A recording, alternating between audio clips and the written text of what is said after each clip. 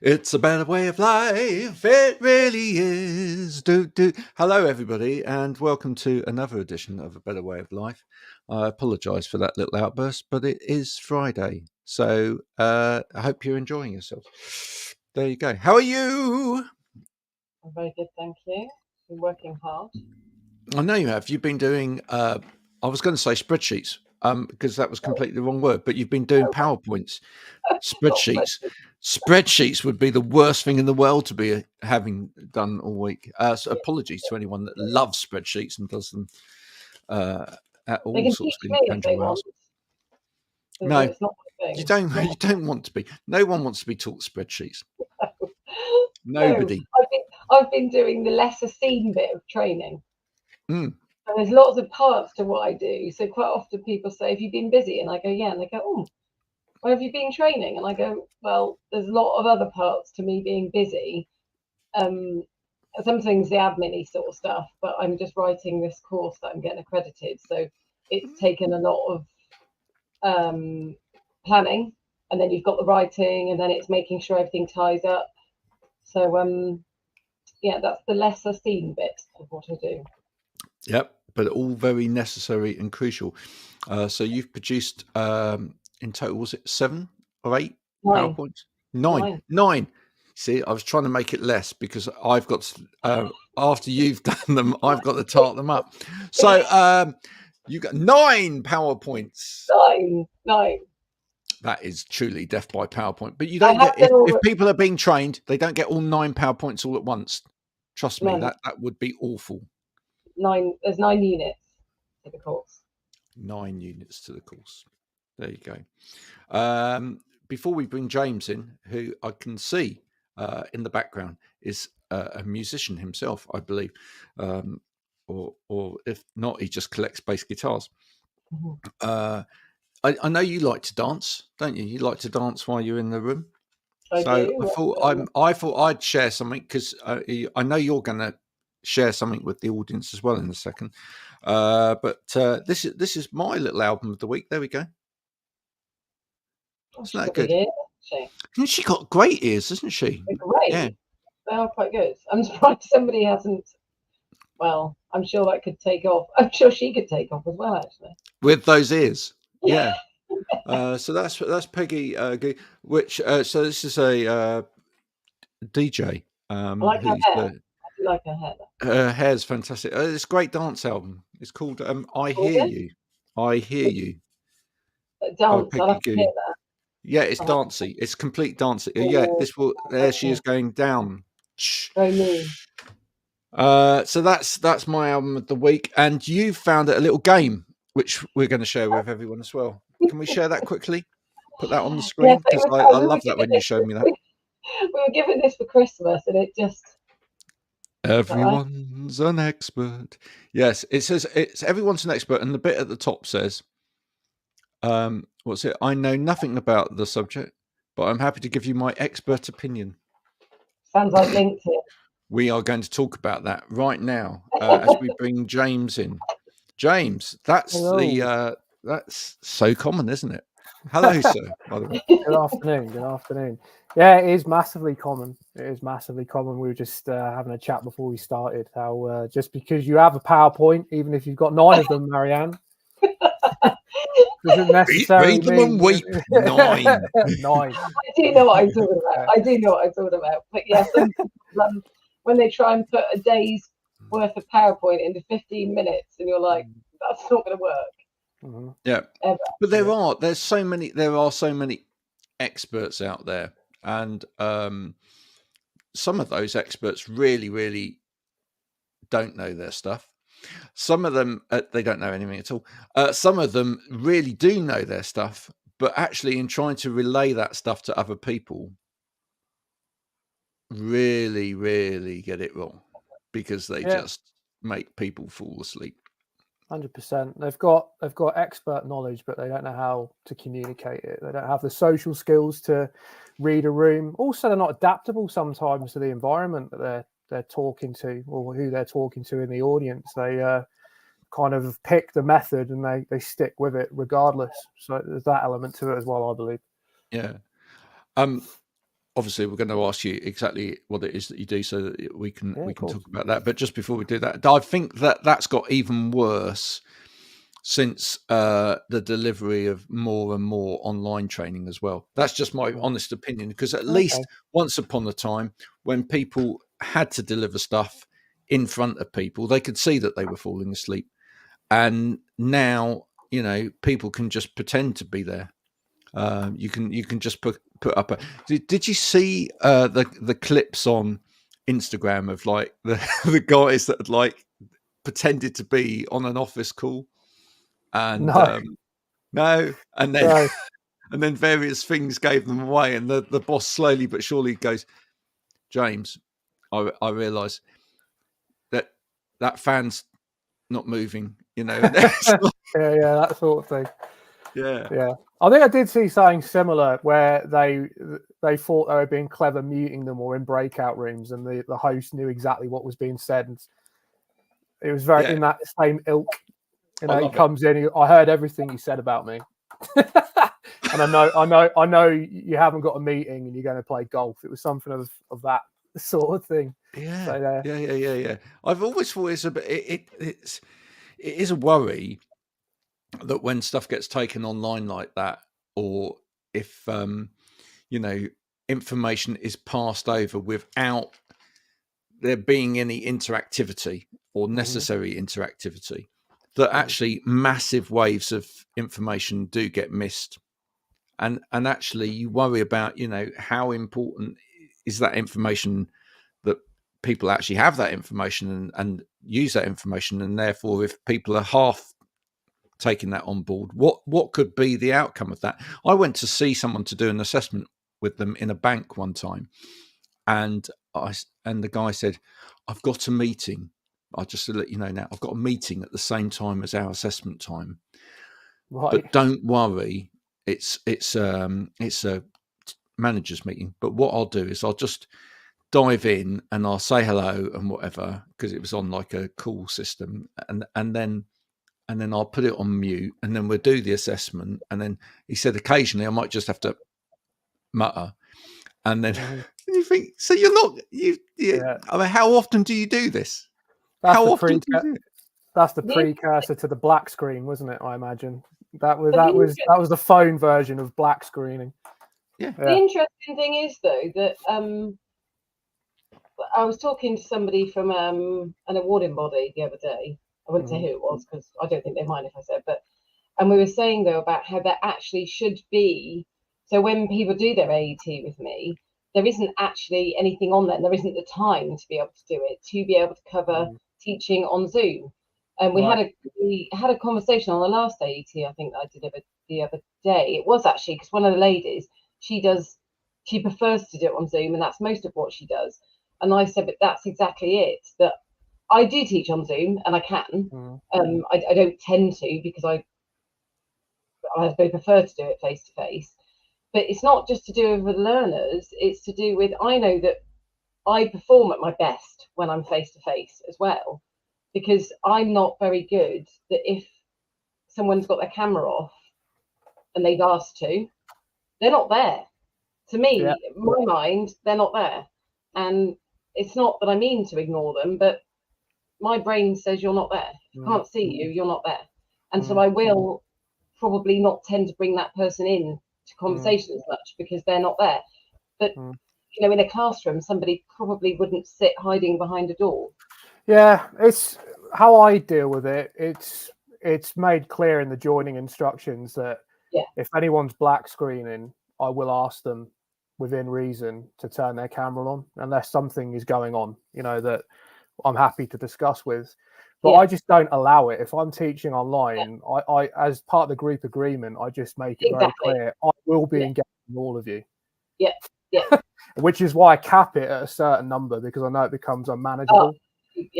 I just make it clear and I stick to it. I will be engaging all of you and asking you all questions. So if you had any motivations to kind of hide in the background, unfortunately that's not going to fly on this course, sort of thing. So I'm reasonable, but I just set my expectations, and go from there with that one.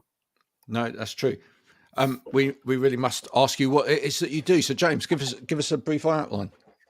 Yeah, so I'm one part of an organisation called Find Your Mindset, and we're very new. We're 11 months old. We're not even a year old yet. So it was a collaboration. It still is a collaboration between 3 trainers that work together, and we did awarding body delivery, but we also worked on bespoke solutions for clients. And the whole Find Your Mindset element to it is, I kind of did a post on it earlier on. We're at a stage now where people, especially in the health and safety world, construction, health and safety, well-being and environment is where I've worked for the last decade. Since 1974, we've had the Health and Safety at Work Act. Right, the legislation's been there for a considerable amount of time. The issue is that we're at a stage now. Most people know there is law. Most people know they should be following rules, but they're weighing up the chances of getting caught and the consequences, and are still just deciding to break rules, break laws, and not really be worried about it. So the idea of Find Your Mindset is we are trying to challenge people. I'd say challenge is an appropriate word, to take ownership of their day-to-day health, well-being and safety. So we specialize in bespoke solutions. Our 2 areas of expertise are physical first aid, but also we also do bespoke mental health support as well.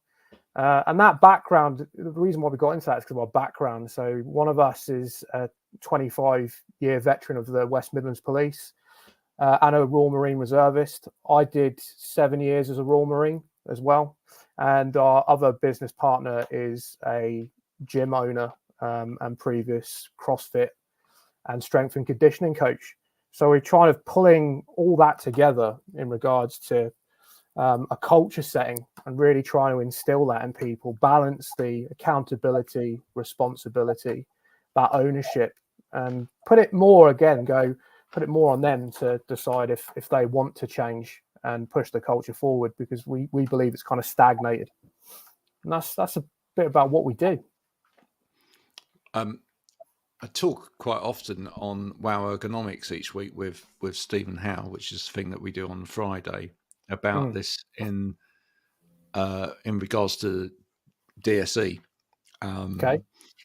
Because it again, it's one of those areas where businesses, there's legislation out there, there's recommendations as well from health and safety executive, etc. You speak to so many businesses about, have they done the DSE assessment? What's that? Or right? No, I don't need to do that. And it's again. So when you say, a lot of businesses are out there going, well, wait until someone says that we've got to do it. But someone has actually said that you've got to do it, but you're just choosing to ignore that. You're waiting for someone to come and knock on your door and tell you off. I think some of it's I said I did work in the drainage sector, and I've talked to you about before. I've mentioned it before about how the particular company I was working with, the wagon that they manufacture, they sell. The company that then buy them, they don't have to train the staff up on how to. They don't actually have to. However, they do provide training. So the company still don't actually even have to train them. However, of course, it's a bit like insurance, isn't it? You don't really want to pay out for it, but when you need it, you're pretty damn pleased that you have. So, of course, what happened in this particular instance, because someone died, it wasn't the fault of the company that I was dealing with. But, of course, everyone started trying to blame everybody. The upshot of it was, in the end, that probably somebody will go to prison for it, and it will be the company that didn't provide the training for the staff. And actually, what happened afterwards, everybody was going, oh, my God, we need to, offer training for this, but off the back of, and that'll die down again. But I think they were changing it to say that they were highly recommending. So there wasn't anything in place. And we talked about this with the care sector, that You know, I know that in terms of legislating things, to say that somebody has to have something is, you know, that takes an awful lot. But even just the act of saying highly recommends seems to put the onus on.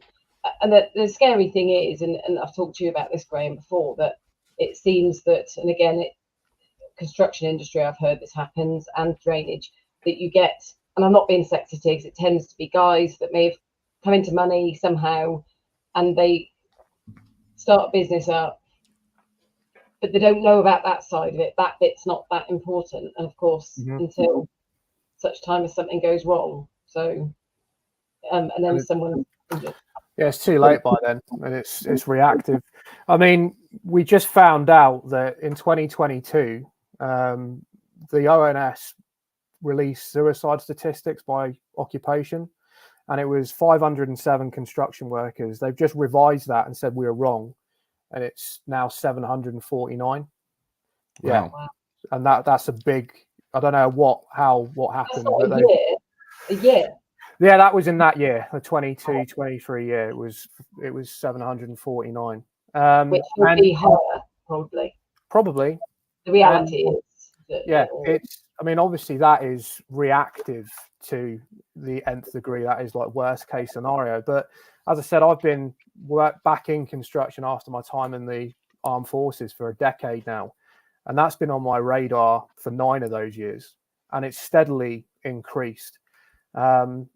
And everything is reactive. Like I am a mental health first aid instructor. You know, I believe in that course. I think it is part of the solution, but it's only one part of the solution. It's one part of the puzzle.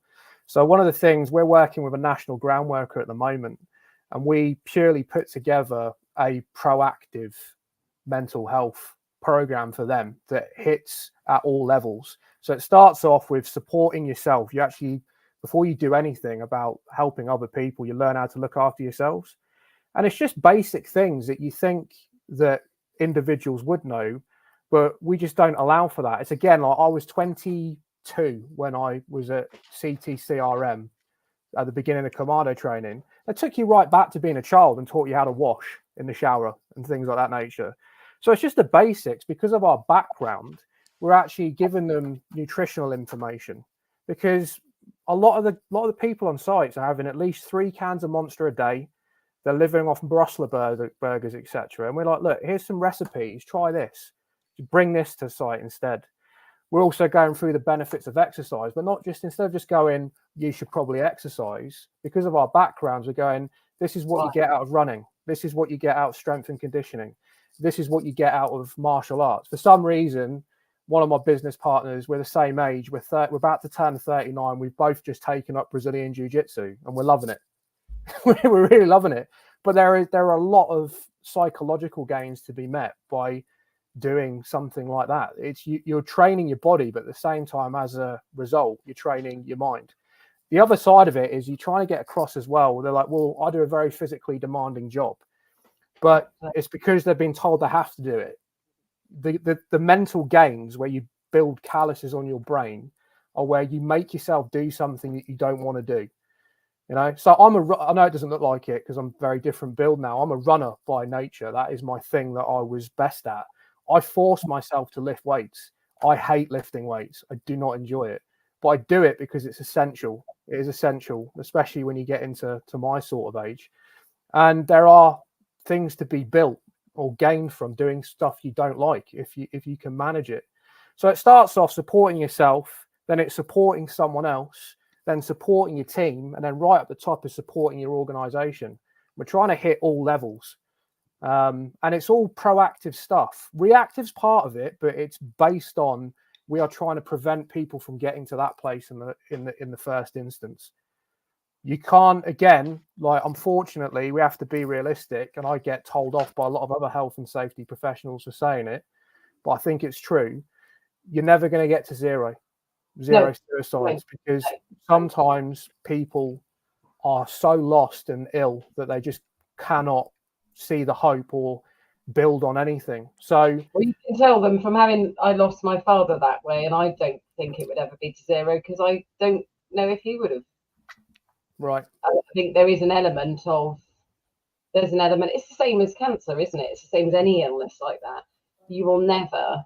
It's always reducing. It's always that idea of reducing, because it's just, not feasible that you would be. But it's interesting, Graham, that we talk a lot about culture change, don't we? And to me, that's exactly. So I spoke to you, James, about what I do, and I've sort of thought a lot about culture change. When we were at Flock last week, we talked about culture change as well. And does it come from management? Does it come from, where does it come from? And I do believe it comes from training, because it comes from, whether it's you going in, whether it's me going in, whether it's the people I train to go and do that training, what they're being is a role model to everybody else. So whether it's you teaching them to be like that, or whether it's me saying, okay, when you train the guys, girls, whoever they are, to be open, to be this, which starts off by me role modeling that, they then will be open. And I say, when you go back to work, will you be like this? Well, we're not really like that. And I said, well, if you can be like that with me, and the guy next to you was, and the guy next to you was, and he was over there, actually what I find is when I talk to all the men that I know, they'll say, yeah, we quite like this, or we don't mind doing that. And I'm like, and the problem is what then to your colleague? And that's, so last week when I was at Flock, when I was talking to Jane, and we were talking about men and not wanting to open up about things, and how we were saying that the two of us and other people were saying that men would confide in them. Don't tell anyone. But then they'll confide in somebody else. But don't tell anyone. Right. Well, everybody knows anyway. And actually, if we trust, or we all trust each other, then there's a lot to be gained. A lot to be gained there. I think it does come. Sorry. Yeah, sorry, Graham.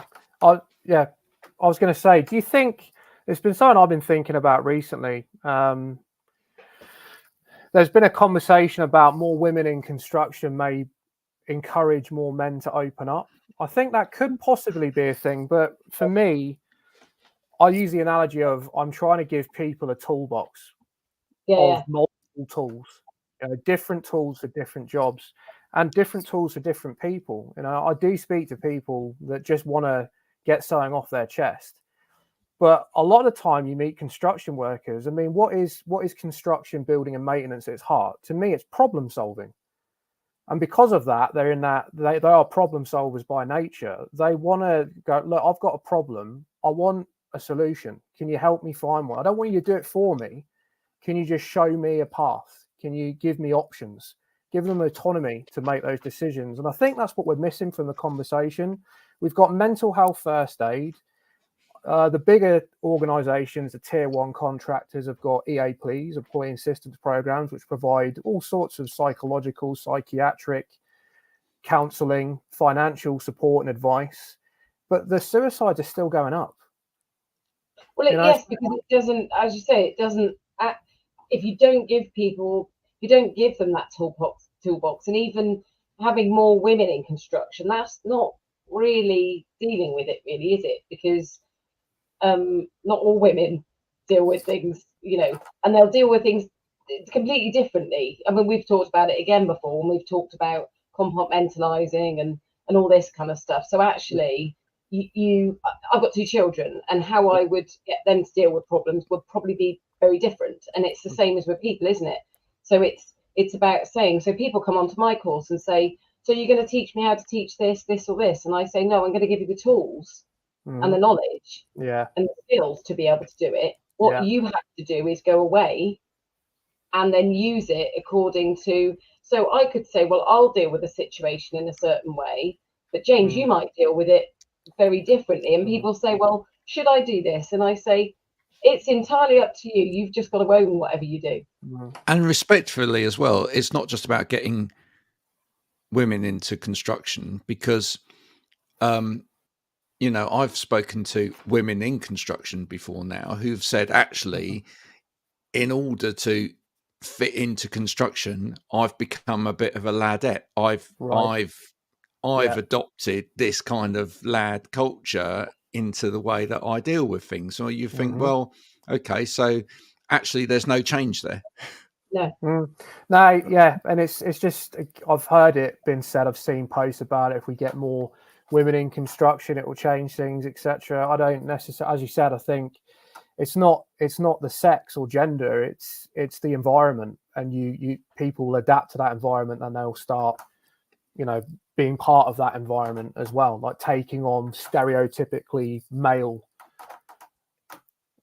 actions and the way they conduct this themselves. Doesn't change, does it, until we change the complete landscape of the type of way that we go about these types of jobs. And and we have people in construction who are happy to cry about this, hug people, say that this is the problem that I've got, etc. If everybody that's in there is kind of like, I wonder if stiff upper lip and I'm going to keep it to myself, then that's going to be the problem, right? Yeah, I mean, I know last week we talked about this, and I wonder if it's sort of where that starts. I know when I was at the boys' barber, so my friend, he's got a barber shop, and he actually was in the Marines as well. And I said, how did you come to doing this? And he said, because I'd come out there, I'd done close protection, and he said I needed to do something. And he said, but what I really liked was that I could make people look smart. And he said, and also I loved, and I go in there, I just go and sit in there, and I go and have a cup of tea, or and he encourages people to come in, because he said, I love the whole camaraderie. I laugh because I go in and I go, God, all the blokes sit there just like this, or they're not talking. So because I go in and I sort of get one talking. But I went in the one day, and this guy was sat in the chair, not having his head, and he was waiting. And kind of he was talking about something, and then he said that he was talking about his apprentices. Right. And I think he joked with me and said about wanting a job. But I think he was talking about, I said, what do you do? And he said, I'm a bricklayer. He said, I've got my own business. And I said, oh, right, okay. So I was asking questions about it. And he said, oh, I've got his apprentices, telling me how he treats them, and not very well. And I was like, oh, okay. And they carried on like this. And then he said, oh, do you want a job then? And I said, not with you, no. And no, you're right, mate. Cheers for that. Yeah. And I said, oh, do you know what I do for a job? And he said, what? I said, I teach people how to teach. And I said, and no wonder you can't keep staff. Right. And I said, he said, well, that's always the way it's been. And I said, but hang on a minute, you're telling me that you can't keep your apprentices because they leave. They've obviously come to it because they want to do it. And I said, basically, it seems as if you think that shaming them, ribbing them, being nasty to them, bullying them is the way for them to see that they're tough. I said, the only winner, well, it's not you that's winning, because you've just asked me if I want a job. And I said, not in your Nelly. Right. I don't know if I'd be any good at bricklaying, but that was a perfect example of, I wonder if him as a business owner, whether it's there, do you see what I mean? Whether it comes from that we same national ground worker, they asked us to put together a bespoke apprentice course. So these and they were all lads in this circumstance. They were going through their MVQs in groundworks, and they we're like, okay, well, as we always do, we never just go off the shelf training, here you go sort of thing. That's not what we're about. Bespoke solutions is what we do. I'm accredited to deliver a lot of things, but this mindset, find your mindset, is about bespoke solutions. So we sat down with them and say, look, let's just what spec, what's the spec, what do you want on it? And it was all soft skills. It was all communication, conflict management, or conflict navigation, and things of that nature. And I think that's what Graham, you said earlier about, okay, so what could be possibly some of the solutions to this.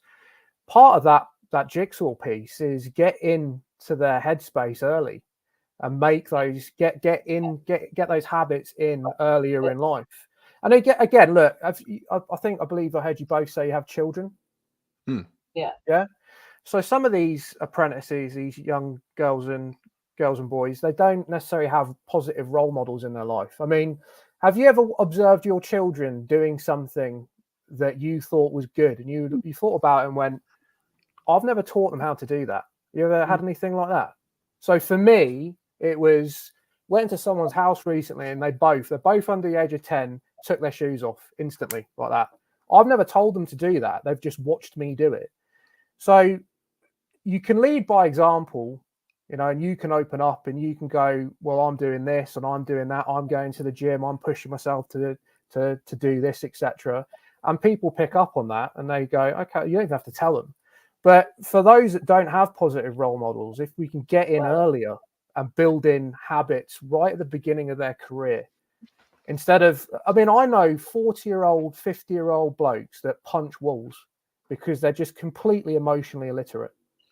No, they do not have a positive relationship with their anger, which is a completely normal human reaction, and they're unable to process it, so they punch stuff.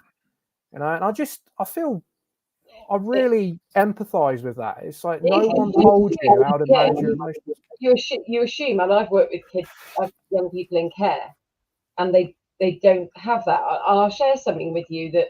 So my two kids, very different, and my youngest comes across as rough and tough, and he I've taught him well to answer back. He's always got an answer. Anyway, he goes to boxing. I tried to get him to gymnastics, didn't want that. Tried lots of things, didn't want it. Boxing. Okay, great. But he loves it. He does it at home. He's always going around doing stuff. Anyway, I picked him up the other day and he got in the car and I thought, oh dear, he's not in a very good mood. And I said, what's wrong, love? And he had this face on him like thunder. I said, what's happened? He said, well, we have to do this game. And I said, right, okay. So I don't know what they have to do. They have to do something rather. And he said, apparently I didn't hit the thing. He said, because I didn't, I had to go out and had to do 1-2s or something. I don't really know what that is, but he had to do 1-2s. Right. So he said, but all the others did. So straight off, he's seen that he's been singled out at this point. So he's furious about this. And I get that. So he's over there, but he was like, but I did do it. I did hit the thing. And he said, and I tried to tell the guy, and the guy said to me, you didn't. And 3 other coaches saw that you didn't as well. Right. So, and he said to me, he said, don't they even consider maybe? He said, I was doing that and it was really hard. And he's not the smallest, bless him, but he's also got a stent. And not one person took on board that, like, he's not training to be in some national squad. And I said, it really concerned me slightly that you've got obviously people that are coaching young people. And actually, to me, how I would have dealt with it would have been to have looked and thought, get to know the child and get to know what he's like as well. But actually, that maybe he didn't need to do it for the amount of time as everybody else was, whatever it was he had to do. He said everybody else was enjoying themselves. So in the end, he just saw that as a punishment that happened. Okay. And actually, he was really trying his hardest and probably won't want to carry on now. Right. I just thought how sad it was that really that should be picking him up. And the same things happen with football as well. I've seen with him with football, it happened where it was a bullying incident and it wasn't dealt with. And you think, these people should be. It's not to do with, like a lot of them make it about winning and be best. And you're like, no, at this age, it should be about them learning resilience, but also learning that why they've been asked to do something, but also giving them a chance to succeed at something. Because for some of them, it may be the only time that they might ever do well. Yes, it's interesting. You see, I would if it's possible for him to not give up. Oh, he's not. He hasn't said he'll give up. That's good. Because I would if that was me as him, you know, I'd try my best to reframe that and look at it in this sense. We don't always get to choose who we work with. We don't always get to choose the environments we work in, and there are going to be people out there that are going to be unfair to us, like it was in this example. To me, it's not a very nice learning point. It could be a positive. Yeah, but to me, that should have been going on in there, because if I didn't do what I do, that would have been a child that would have sat in the car feeling particularly rubbish about himself. and quite upset. Thankfully, he's got parents that, you know. But that is part of the role of parents, though. I think sometimes, and I think we've also said that if you don't have that role model, because I know that I've got some friends that have got kids, and they love the fact that their child is rough and tough and doesn't cry. And I'm like, I quite like the fact that mine still say "love you, mummy" and give me a kiss goodbye in the morning, and and they're not embarrassed. Well, the oldest is 16, and he will. The youngest is still at that sort of like, sort of age. But I think it does start at that point, and it's about reiterating that we watch Call the Midwife, me and my 11-year-old, and saying you're allowed to say that. And not, like you say, getting to the point that I don't know where it's. I mean, my favourite people to teach are guys from construction, guys from the corporate sector that come in very like this with me. I tell them they got to have their phones off, and I tell them this, and I tell them that. So, of course, I do all the pink fluffy stuff with them, and it's like they're like, "Whoa," and I think, "Whoa, back! Didn't you know this stuff?" No. So they learn all of this psychology stuff. So not only do they go away being able to be better at their job, they go away being able to be better at life, like you've said you do with them. And you think, wow, these people haven't learned this stuff. No, it's one of those strange industries. Pretty much every industry you can think of. If you manage people, even if you manage one person, they'll teach you how to do that. They'll teach you how to communicate with your reports. They'll teach you all the soft skills and conflict management and resolution, all that stuff. It just doesn't. You learn by observation of your peers. And as I was getting to, some of those peers are great and they're balanced, and some of those peers are lacking, and everywhere in between. Yeah. Is this one of the problems that companies see, and therefore are worried about investing in all of this stuff, which is that it's almost like it's a seismic shift that's happened within a lifetime here, from going to work where you did what you were damn well told, right? Yeah. No, I don't care about your physical. If it hurts tomorrow, I don't care about that. If you're feeling a bit, sad about stuff, well, buck your ideas up. Yeah. Right. Dreadful term. Buck your ideas up. Man up. That's even worse. Right. But that's in our lifetime, right? That's in our lifetime. That was work. Yeah. To a point now where it's almost, companies are like looking at it, go, do you know what? If I employ people, if I have people on the team, I've actually got to worry about absolutely everything to do with them. Their physical well-being, their mental well-being. If they've got a specific learning difficulty or whatever, I've got to accommodate that. If they're neurodiverse, I've got to accommodate that. Whoa, this is a lot, right? But you've got to think that there's a lot of management out there that have spanned that whole time period. Yeah. And actually we're still dealing with a lot of that whilst we're heading there. This is a long journey. And I think for some companies, the problem is that they're looking at it going, right, so how do we fix it now? Where do we You start? can't just fix it now. Yeah. I think in general, again, we're very good as it's not just in the workplace, the society, culture, and everything. We always seem to be, maybe it's instinctively, humans are tribal. They like to jump on teams, so you're only really seeing the polar opposites of the conversation. Well, I think the personal development piece is a huge part of that. So I've got no issues talking about it. After the forces, I was diagnosed with bipolar disorder, and then later on with a general anxiety disorder, PTSD, complex PTSD, and obsessive compulsive disorder. And for a while, I was being treated for a personality disorder as well. Now, if you looked at that on a sheet of paper, you not knowing me, you probably, stereotypically read that and go, this person cannot function. So for me, I looked at that and went, okay, well, I know what the issues are now. I need to get better, or I want to get better. And then when I'm better, what can I use as tools on this list? What can I use? If I can manage these illnesses, what can I use? Is there something there? Are some of these symptoms of my illness, can they be used in everyday life, whether it be at work or at home? And I think they massively can. And I'm utilizing them. I'm a business owner, a father of 2.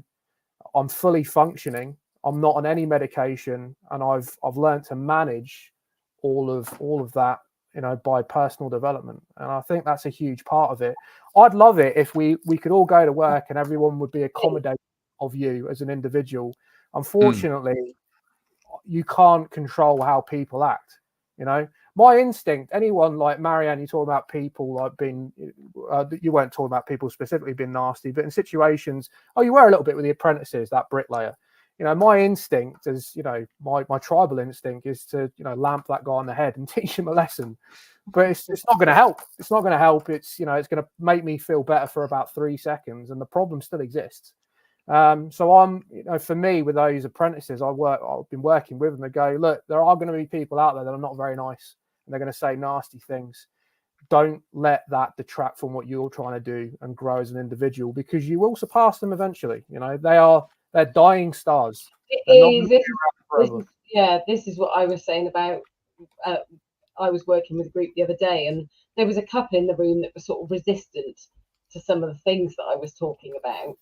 And actually, yes, within time, and this is where I think that, and it's interesting that you were saying about that you're open about your things, I'm open about mine, and I do think though that the more I look around at people that are trainers, and I look at the people that I train, they are the people that.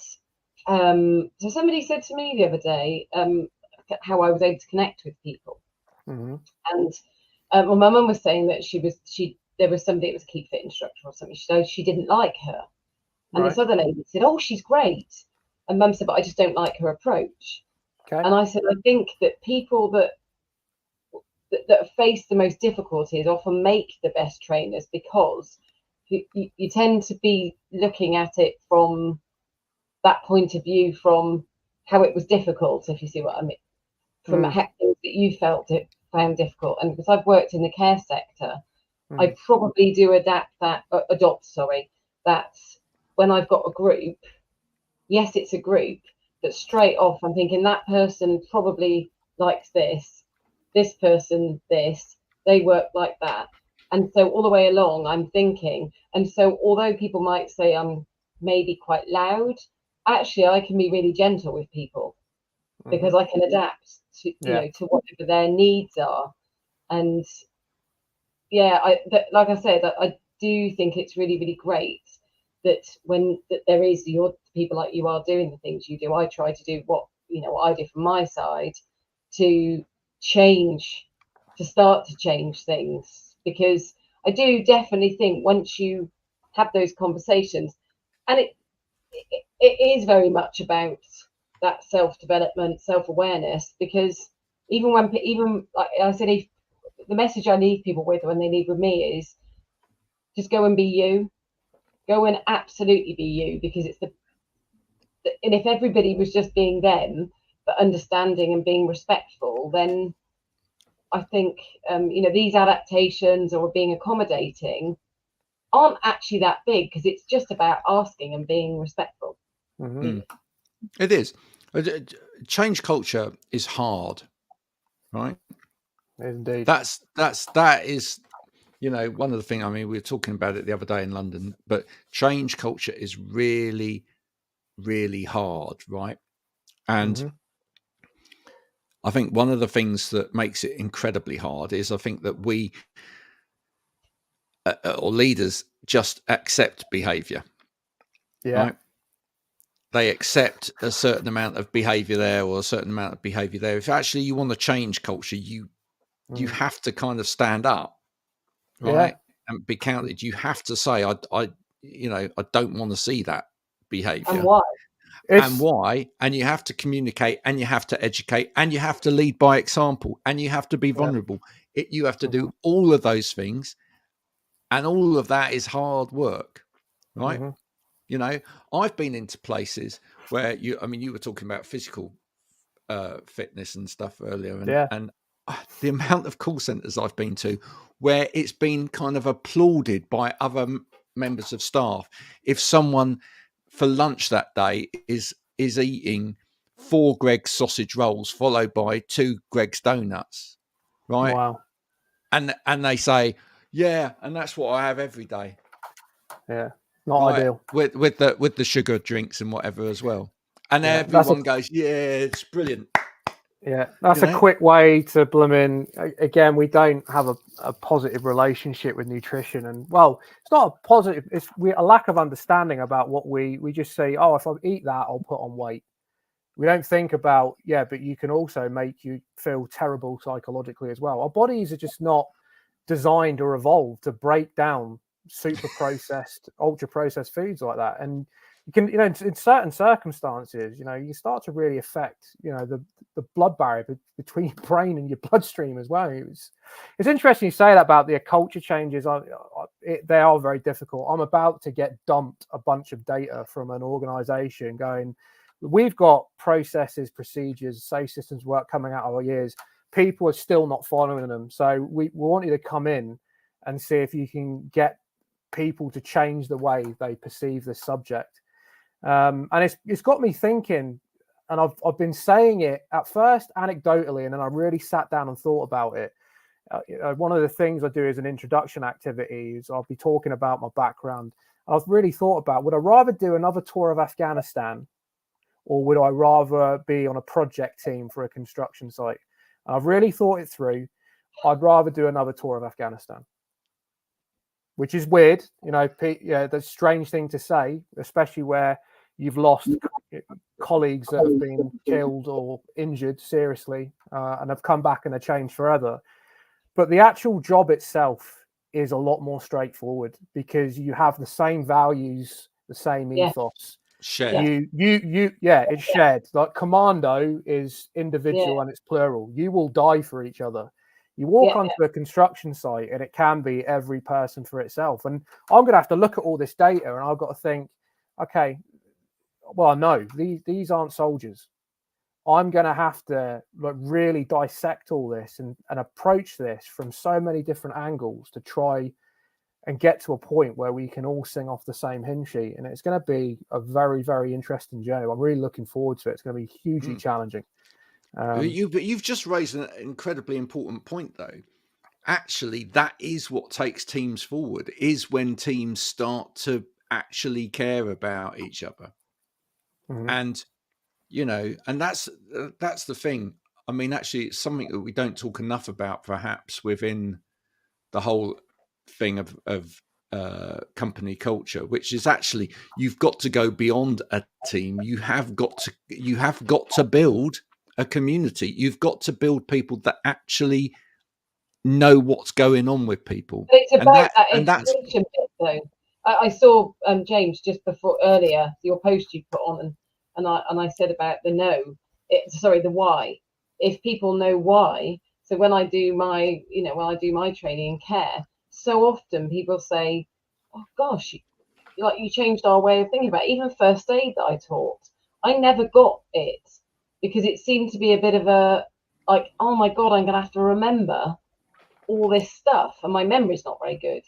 And it was only then when a colleague taught me, and he taught me the why behind it, and I'm like, oh my gosh, I get this now. And it all started to make sense. And I was like, oh, I really want to teach this now because I really get it. And then I do the why with other people, and then you see the light bulb moment, and you're like, now you can use it because you get why. And I think that it's the same thing. I did my IQA, internal quality assurance course, and it was only when I did that I had a newfound respect as to why my IQA kept banging on at me to do all the things that he was asking me to do, because I was like, I get why now. I get why, because I understood that end, what was going to happen. I suppose the challenging thing is kind of going on from that is where people know the why and they go, I'm still going to do it wrong anyway. I'm still going to do the wrong thing. So that's what I was getting at with that.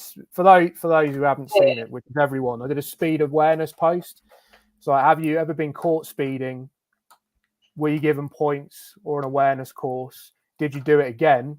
Well, why? You know the consequences. So that for me is where that balance of other things come in, you know, where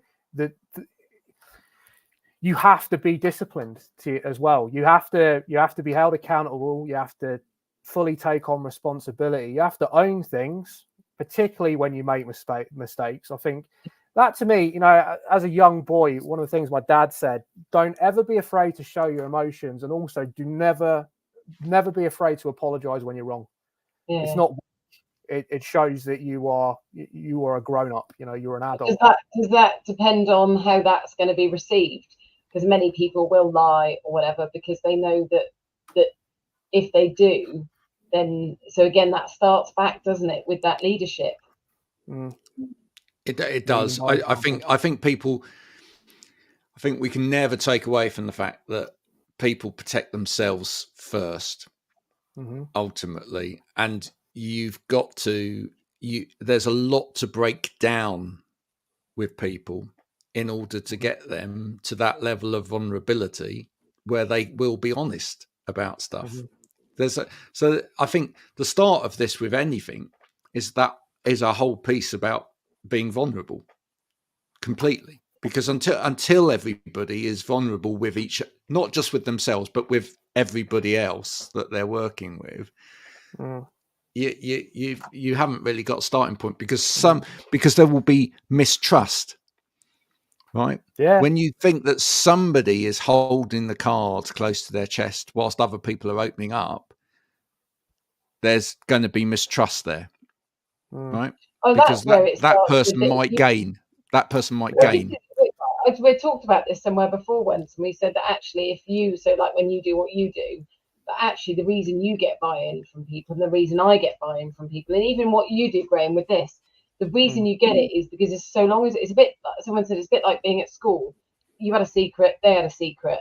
And actually, if they didn't want to tell you their secret because you had one over on them, and actually we are more than happy to be vulnerable, to say, well, I'll share something about you. And if you want that over me, I don't really care. So by sharing it with them, that then gives people permission to trust you back, which means that they will share. And I think that makes the difference between people that do get that buy-in from people, because by being vulnerable yourself, and that's where I think when leaders are as well, they are. I was just going to say that. I do wonder, James, when you look into that organisation, it'd be really interesting to see whether all the leaders in that organisation follow those procedures and processes and whatever. Because if they don't, they haven't got a hope in hell of anyone else doing it. You've only got to have one leader go, I can go around the outside of this. Yeah, I mean, vulnerability, I agree with both of you. Vulnerability, first off, it's a strength. To put your hands up in the air and go, I was wrong. I made a mistake. This is what I'm going to do to course correct and moving forward. I think it's a huge strength, and it shows strength of character as well. When's the last time you saw any leader in film or politics or anything go, yeah, I messed up, sorry, but this is what I'm going to do? They just don't do it. They just pretend that it never happened. And they'd get more respect. I think they would. I really do. I've come from an education background, and being honest, I mean, I've walked away from many a job because you were encouraged to lie and admit you've done something wrong. Yep. We could go on forever, but we are out of time. We may have to have you back at some point, James, because it was such a great conversation. Oh, I'd love to come back for joining in today. Thank you. Before we go, I want to know, James, where do you play bass? On my own at the moment in my living room. So there's two bass guitars. I started playing electric guitar recently. And there's an electric in the middle. Yeah, there's an acoustic on the wall over there. So now this is all living room stuff at the moment, annoying my children and my wife. Okay. So favourite bass player for you ever of all time? It's got to be Lemmy. It's got to be Lemmy. It's got to be Lemmy. I've met Lemmy. Yeah. I met Lemmy. Yeah. Oh, fantastic. Well done, sir. Yeah, it was great. What a fantastic guy he was. And I met him in the Rainbow Bar and Grill on Sunset. It was amazing. And I've also got a story about going to his funeral, which if you invite me back on, I'll come on and talk to you about it. Did you? I went to the after party. Yeah. Mm-hmm. Yeah. I feel he was much more of a gentleman than a lot of people gave him credit for, which is it's interesting. I agree. There we go. Wonderful. What we can share over Lemmy notes. Is that a thing? 100%. We'll make it a thing. Let's do it. We will make it a thing. Absolutely. Yeah. Folks, I hope you've enjoyed this. Another edition of A Better Way of Life. If you have enjoyed it, please do go and share it now with all of your fabulous friends that are out there. We'll be back same time, same place next week, doing the same thing, but with a different guest, or maybe just ourselves. We haven't decided yet. Until then, bye for now.